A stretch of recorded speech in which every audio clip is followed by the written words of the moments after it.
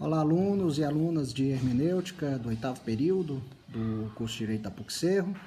Nós vamos hoje retomar a discussão de Gadamer, trabalhando a questão da experiência hermenêutica, onde nós paramos. A experiência hermenêutica tem a ver com a tradição. É esta que deve chegar à experiência. Todavia, a tradição não é simplesmente um acontecer que se pode conhecer e dominar pela experiência, mas é linguagem. Isto é, fala por si mesma, como faz um tu. O tu não é objeto, mas se comporta em relação ao objeto. Mas isso não deve ser mal interpretado como se, na tradição, o que nela chega à experiência se compreendesse como a opinião de outro, que é um tu.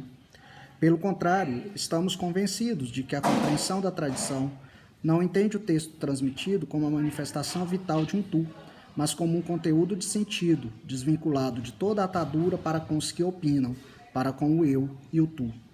Ao mesmo tempo, o comportamento com relação ao tu e ao sentido da experiência que nele tem lugar, tem de poder servir à análise da experiência hermenêutica, pois também a tradição é um verdadeiro companheiro de comunicação, ao qual estamos vinculados como está o eu e o tu. Fica claro que a experiência do tu tem de ser específica, pelo fato de que o tu não é um objeto, mas se comporta ele mesmo com relação ao objeto. Nesse sentido, os momentos estruturais da experiência que antes destacamos encontrarão uma modificação. Na medida em que aqui o objeto da experiência tem o mesmo caráter de pessoa, esta experiência é um fenômeno moral, e o é também o saber, adquirido nessa experiência, a compreensão do outro. Por isso, perseguiremos agora a modificação que sofre a estrutura da experiência, quando é experiência do tu e quando é experiência hermenêutica. Existe uma experiência do tu que, observando o comportamento dos outros homens, detecta elementos típicos e que, graças a essa, poderíamos chamar conhecimento de pessoas. Compreendemos o outro da mesma maneira que compreendemos qualquer processo típico dentro do nosso campo de experiência, isto é, podemos contar com ele. Seu comportamento nos serve como meio para nossos fins, como faria qualquer outro meio. Moralmente falando, esse comportamento voltado para o tu significa a pura referência a si mesmo e contradiz a determinação moral do homem. Sabe-se que uma das formas de interpretação que Kant dá ao imperativo categórico é que não se deve jamais usar o outro como meio, mas reconhecê-lo sempre como fim em si. Aplicando ao problema hermenêutico a forma de comportamento com relação ao tu e de compreensão do tu, que representa o conhecimento de pessoas, achamos como correlato dele a fé ingênua no método e na objetividade que este proporciona.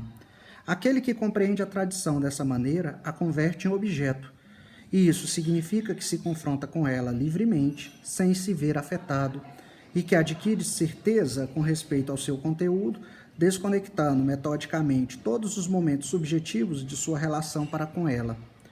Já vimos como, desse modo, ele se liberta da sobrevivência da tradição, na qual ele próprio tem sua realidade histórica.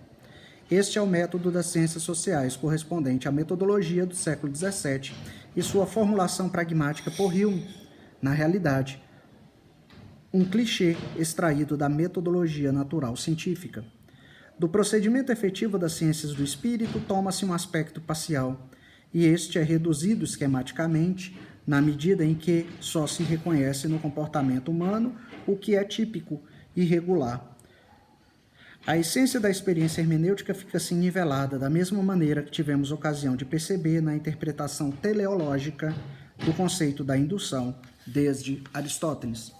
Uma segunda maneira de experimentar e compreender o tu consiste em que este é reconhecido como pessoa, mas apesar de incluir a pessoa na experiência do tu, a compreensão deste continua sendo o modo da referência a si mesmo. Esta autorreferência procede da aparência dialética que a dialética da relação eu-tu leva consigo. A relação entre o eu e o tu não é imediata, mas reflexiva. A toda pretensão se lhe impõe uma contrapretensão. Assim surge a possibilidade de que cada parte da relação salte reflexivamente por sobre a outra. Ele pretende conhecer por si mesmo a pretensão do outro e, inclusive, de entendê-lo melhor, que ele mesmo se entende. Com isso, tu perde a imediatez com que orienta suas pretensões a respeito de alguém. É compreendido, mas no sentido de que é antecipado e aprendido reflexivamente, a partir da posição do outro. Na medida em que esta é uma relação recíproca, perfaz também a realidade da relação eu-tu.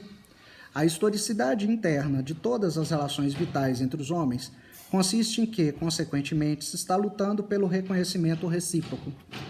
Este pode adotar graus muito diversos de tensão, até chegar, inclusive, ao completo domínio de um eu por outro eu. Mas, inclusive, as formas mais extremas de domínio e servidão são uma autêntica relação dialética da estrutura elaborada por Hegel. A experiência do tu que assim se adquire é objetivamente mais adequada que o conhecimento das pessoas, que só procura calcular sobre eles. É uma pura ilusão ver no outro um instrumento completamente dominável e manejável.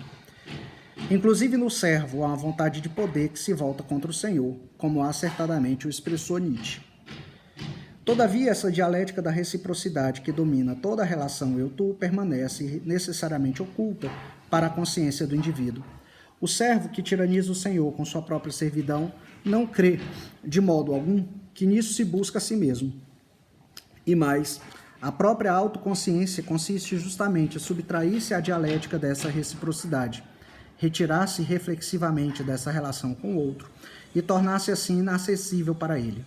Quando se compreende o outro e se pretende conhecê-lo, se lhe subtrai na realidade toda a legitimação de suas próprias pretensões.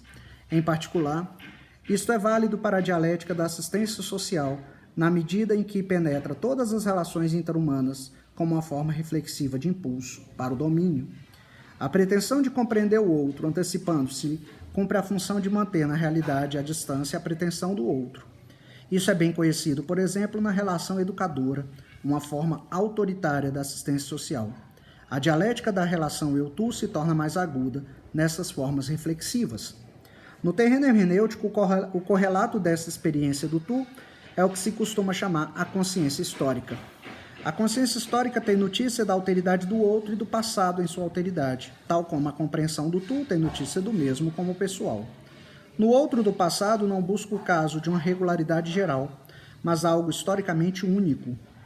Mas, na medida em que nesse reconhecimento procura elevar-se por inteiro acima do seu próprio condicionamento, fica aprisionado na aparência dialética, pois o que realmente procura é tornar-se ao mesmo tempo senhor do passado.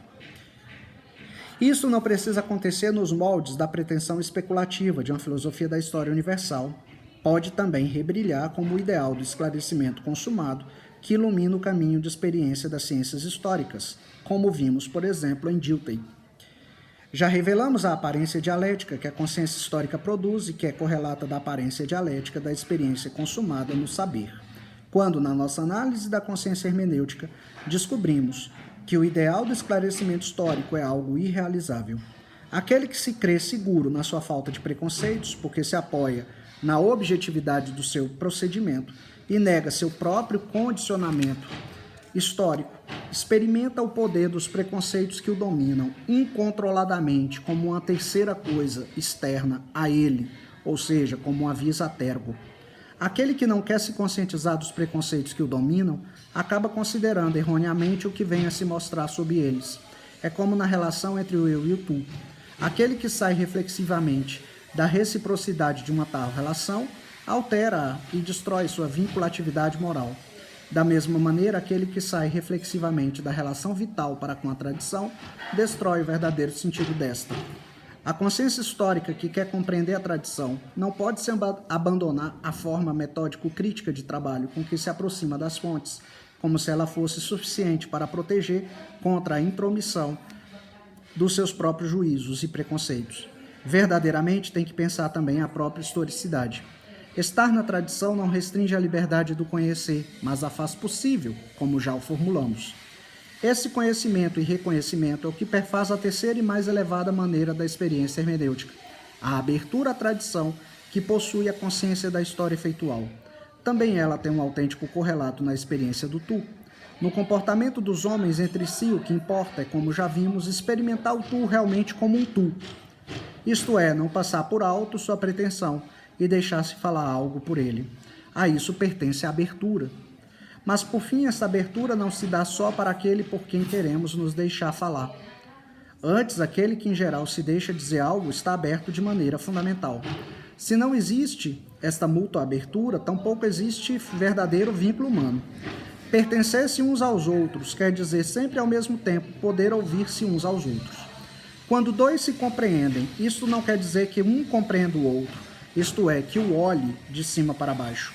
E, igualmente, escutar o outro não significa simplesmente realizar às cegas o que o outro quer, ao que assim se chama submisso. A abertura para o outro implica, pois, o reconhecimento de que devo estar disposto a deixar valer em mim algo contra mim, ainda que não haja nenhum outro que o vá fazer valer contra mim. Eis aqui o correlato da experiência hermenêutica. Eu tenho de deixar valer a tradição em suas próprias pretensões e não no sentido de um mero reconhecimento da alteridade do passado, mas na forma em que ela tenha algo a me dizer. Também isso requer uma forma fundamental de abertura. O que está aberto à tradição dessa maneira vê que a consciência histórica não está realmente aberta, mas que antes, quando lê seus textos historicamente, já nivelou, prévia e fundamentalmente, toda a tradição, e os padrões do seu próprio saber não poderão ser nunca postos em questão por ela. Recordo neste ponto a forma ingênua de comparação na qual costuma mover-se quase sempre o comportamento histórico. O fragmento 25 do Liceu de Friedrich Schlegel diz: os dois postulados fundamentais da chamada crítica histórica são o postulado da medianidade e o axioma da habitualidade. Postulado da medianidade: tudo que é verdadeiramente grande, bom e belo é inverossímil, pois é extraordinário e no mínimo suspeitoso. Axioma da habitualidade: as coisas têm de ter sido sempre tal como são entre nós e ao nosso redor, porque é tudo tão natural. Pelo contrário, a consciência da história efeitual vai mais além da ingenuidade de se comparar e igualar, deixando que a tradição se converta em experiência e mantendo-se aberta à pretensão da verdade que lhe venha ao encontro dela. Nela. A consciência hermenêutica tem sua consumação não na certeza metodológica sobre si mesma, mas na pronta disposição à experiência que caracteriza o homem experimentado face ao que está preso dogmaticamente. É isto que caracteriza a consciência da história efeitual, como poderemos pronunciar mais detalhadamente a partir do conceito da experiência. E aí nós paramos por aqui e retornaremos a partir do ponto 2.3.3, que é exatamente sobre a primazia hermenêutica da pergunta. Até lá, pessoal.